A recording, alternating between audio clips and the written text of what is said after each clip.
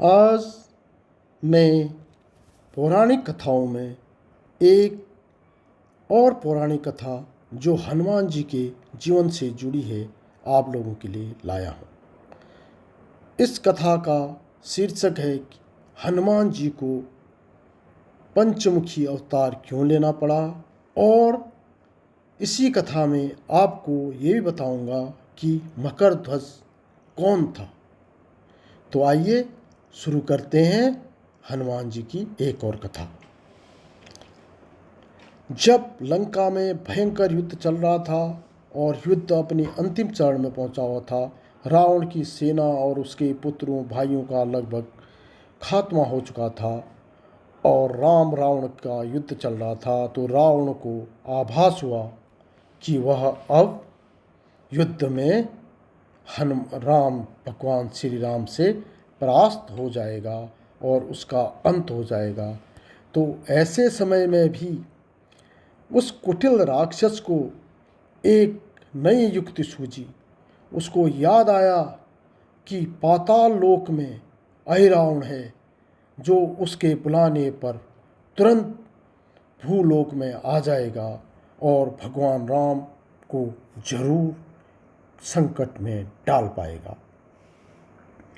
अहिरावण पाताल लोक का राजा था और वह काले जादू का बहुत बड़ा खिलाड़ी था। उसको काले जादू, उसका इतना भयंकर काला जादू जानता था कि वो बड़े बड़े देव दानव ऋषि मुनियों किसी को भी अपने बस में कर सकता था, उनको बेहोश कर उनको अपने साथ ले जाने की क्षमता रखता था। तो रावण के बुलाने पर अहिरावण लंका पहुंच गया।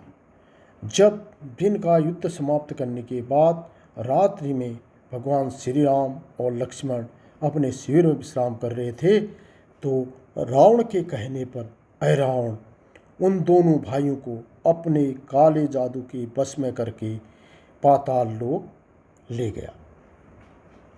जब राम की सेना को इसका पता चला तो चारों ओर हाहाकार मच गया और सब ने हनुमान जी को याद किया। हनुमान जी तुरंत ही पाताल लोक की ओर निकल पड़े। जब हनुमान जी पाताल लोक पहुँचे, अहिरावण के दरबार के मुख्य द्वार पर उनको एक विचित्र प्राणी मिला। वो विचित्र प्राणी कैसा था? उसके कमर से ऊपर का शरीर तो बंदर का था और कमर से नीचे का शरीर उसका किस चीज़ का था? मछली का। और उस विचित्र प्राणी का नाम क्या था? उसका नाम था मकर ध्वज, और वो हनुमान जी का पुत्र था। मकर ध्वज को पता था कि वो हनुमान जी का पुत्र है, लेकिन उसने कभी भी हनुमान जी को देखा नहीं था।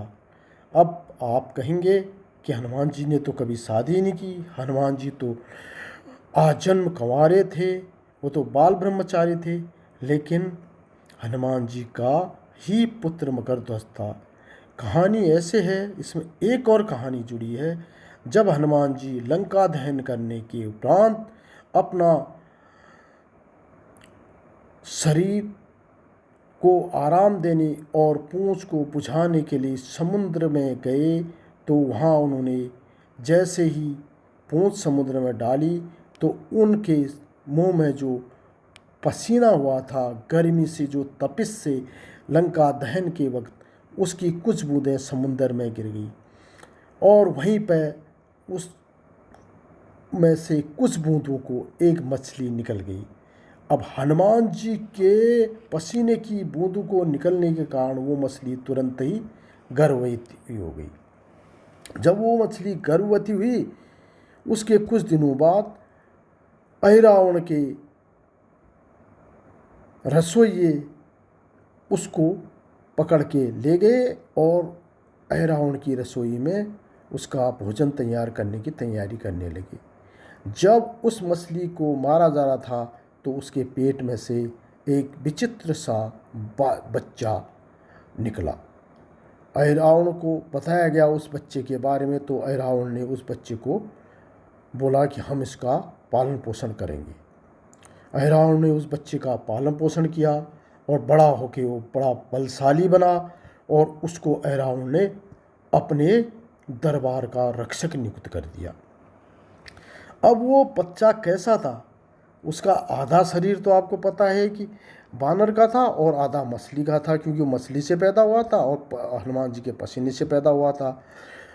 लेकिन अब जब हनुमान जी ने अपना परिचय दिया दरबार के बाहर, जब मुख्य द्वार पे, उसका नाम क्या था उस बालक का? मकरध्वज था।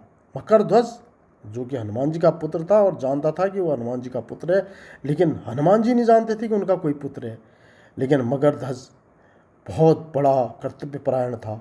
उसने हनुमान जी को ये जानते हुए भी कि वो मेरे पिता हैं, उनसे प्रणाम किया और उनको बोला कि भले ही आप मेरे पिता हैं, लेकिन मैं अहिरावण का सेवक हूँ और उसने मुझे द्वार पर नियुक्त किया, इसलिए मैं आपको अंदर नहीं जाने दूंगा। इसके लिए आपको मेरे से युद्ध करना होगा। दोनों बाप बेटों में, पिता पुत्र में भयंकर युद्ध हुआ। अंततः हनुमान जी ने युद्ध में मकरध्वज को हराकर उसको दरबार के मुख्य द्वार पर ही रस्सियों से बांध दिया और उससे अहिरावण की मृत्यु की युक्ति भी पूछ ली। अब हनुमान जी चल दे अहिरावण का वध करने। जब अहिरावण का वध करने के लिए हनुमान जी निकले, दोनों में भयंकर युद्ध हुआ, लेकिन बहुत बार प्रयास करने के बावजूद भी अहिरावण को वो नहीं मार पाए। तो जो मकरध्वज से उन्होंने युक्ति पूछी थी वो क्या थी पता है? मकरध्वज ने बताया था कि अहिरावण के प्राण 5 दियों में रखे हुए हैं और जब तक कोई एक फूंक में उन 5 दियों को एक साथ नहीं बुझा पाएगा तो मकरध्वज मृत्यु को प्राप्त नहीं होगा। अगर उनमें से 4 भी बुझ गए, एक नहीं बुझा, तो उसी से वो फिर 5 दिए बन जाएंगे। तो इस प्रकार हनुमान जी को बहुत सोचना पड़ा और उसके बाद हनुमान जी वैसे ही बहुत बुद्धिमान थे, बहुत चतुर थे। उन्होंने 5 मुंह धारण किया और पंचमुखी बने और एक फूंक में 5 दिए बुझाकर अहिरावण का वध कर दिया।